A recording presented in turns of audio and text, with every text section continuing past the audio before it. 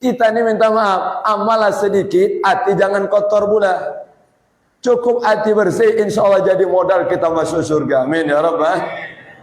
La yanfa'u mal wala banun illa man atallaha biqalbin salim. Tak manfaat harta yang kita kumpulkan, tak manfaat anak yang kita besarkan, yang manfaat menghadap Allah dalam keadaan hati bersih. Alhamdulillah. Hati bersih itu nampak di lisannya, nampak di mulutnya, nampak di matanya, nampak di telinganya. Kalau hati bersih akan terlihat di anggota tubuhnya. Itu tanda hati bersih. Bersih, jadi jangan ngomong minta maaf, ngomong hati bersih tapi mulut kasar. Jangan. Ada orang, Ustaz, ibu-ibu datang, saya ini minta maaf, mulut aku ini memang kasar Ustaz, galak ngatoi wong, galak ngina wong, tapi Ustaz perlu tahu, hatiku ini putih lembut selembut salju. Oh. Dalam hatiku pakam juga bibi ini. Tidak ada cerita. Kalau mulutnya kasar, berarti itulah hatinya. Kalau mulutnya kotor, berarti itulah hatinya. Kalau mulutnya penuh dengan keburukan, itulah kondisi hatinya. Kita tidak bisa menilai hati orang. Jangan pernah menilai hati orang. Tidak ada yang tahu. Tidak ada yang tahu kita. Nahkumu bizawahir. Allah yatawalla bisarair. Kita nilai yang zuhir aja. Orang pakai kopiah, pakai baju koko, pakai gamis, datang ke masjid, orang baik. Alhamdulillah. Jangan seuzon dengan orang. Ada orang nih kalau orang masuk, orang lain coba celengan.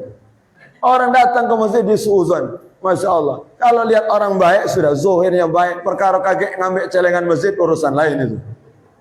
Tetap ada CCTV. Jangan habis ini lepas galau CCTV. Tawakal kepada Allah. Salah juga itu. Tetap dijaga. Ada penjagaan, tapi hati kita jangan sampai kita kotori dengan buruk sangka kepada orang. Bersihkan hati kita. Maka luar biasa, hati yang bersih siap menerima ampunan dari Allah Subhanahu wa ta'ala. Maka sumber kebaikan itu dari dalam hati. Ibu-ibu ini luar biasa. Banyak ibu-ibu ini hati yang bersih. Tak hobi dia ngomongnya orang, tak hobi. Tak suka membicarakan keburukan. Ada. Inilah ahli surga yang berjalan di atas dunia. Alhamdulillah.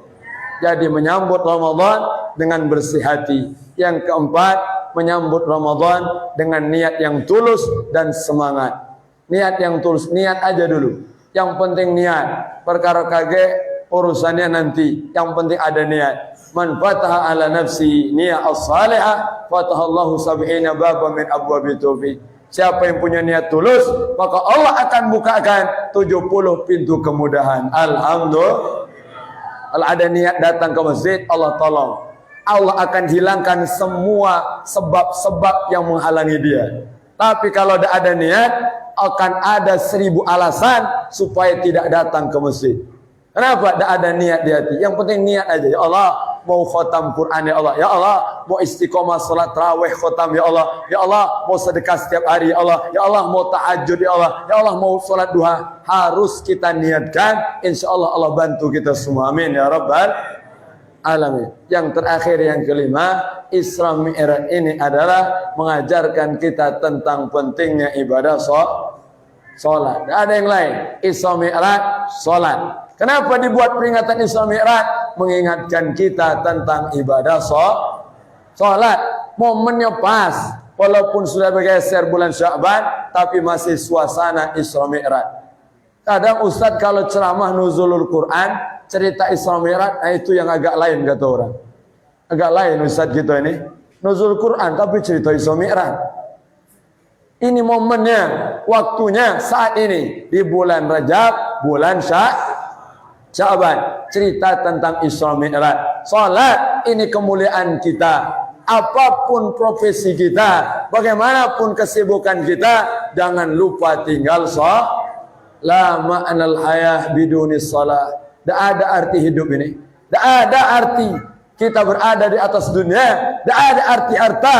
Tidak ada arti kuasa. Tidak ada arti ilmu kalau tidak sholat. Tidak ada sholat. Jangan pernah merasa hebat. Kenapa? Kita menjadi hamba yang tidak dapat kemuliaan dari Allah. Cukup sholat itu sebagai anugerah terbesar.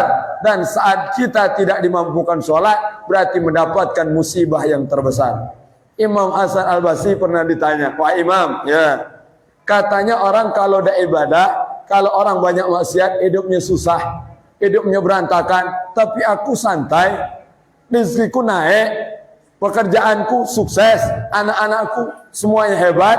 Katanya kalau orang tidak ibadah, orang tidak melakukan kebaikan, orang yang melakukan keburukan, hidupnya susah. Imam Hasan Al-Basri cukup tanya satu aja, hal sholaita subuh? Apakah pagi tadi kau sholat subuh? Apa jawab dia? Jangankan sholat subuh wa imam, aku nih bangun 8:30. 8:30 sholat subuh, tak pernah. Apa kata Imam Hasri? Cukup, itu sebagai musibah terbesar yang Allah hadirkan dalam hidupmu. Tak ada yang lebih besar itu dari tertinggal sholat. Hilang harta bisa dicari, hilang kuasa nanti bisa diusahakan lagi, hilang segalanya dunia bisa kita berusaha lagi, tapi hilang sholat satu kali tidak bisa diganti walaupun dengan dunia dan seisinya. Tidak ada nilai. Maka ayo sama-sama kita harus terus berusaha untuk tetap sholat sampai nanti wafat husnul khatimah. Amin ya rabbal. Maka hasil Isra Mi'raj semakin takwa, semakin takut kepada Allah. Yang tua, yang muda, yang sehat, yang gagah, yang lemah, tetap jaga sholat. Jadi hasilnya semakin ramai masjid musola dengan sholat berjamaah. Alhamdulillah. Maka saya tanya semuanya, siap ramaikan masjid musola dengan sholat jamaah? Mantap. Yang sudah istiqomah, siap Ustaz. Kami berjuang untuk Allah. Niat yang luar biasa. Mudah-mudahan Allah tolong kita. Amin ya rabbal hasilnya. Tapi jangan balik ini nanti nyalakan Ustaz. Ada orang nyalakan Ustaz. Kemarin Ustaz ceramah tapi masih sepi juga masjid kami ini. Ada orang nyalakan Ustaz. Jadi Ustaz tidak berhasil ceramah kami. Kami hanya nyampaikan aja. Hidayah milik Allah. Kita tidak bisa memaksakan siapapun. Tidak bisa. Orang kita bangsa sholat. Harus sholat lanjut juga. Tidak bisa. Ini urusan dia dengan Allah. Tugas kita sampaikan, ayo sholat. Tidak ada penyesalan terbesar saat orang meninggal kecuali mereka yang tertinggal. Lau ta'uda bihimul ayat. Kalau seandainya Allah kembalikan hidup mereka, la yasjudullah walau sajdatan wahida. Mereka pingin sujud, sholat, walaupun hanya satu kali sujud saja. Satu kali, bayangkan, mereka korbankan hidupnya hanya untuk satu kali sujud saja. Dan kita masih ada di atas dunia. Mudah-mudahan Allah berikan kita istiqamah untuk sholat jamaah sampai wafat husnul khatimah. Amin ya rabbal. Yang berapa hari ini? Jam 10:02.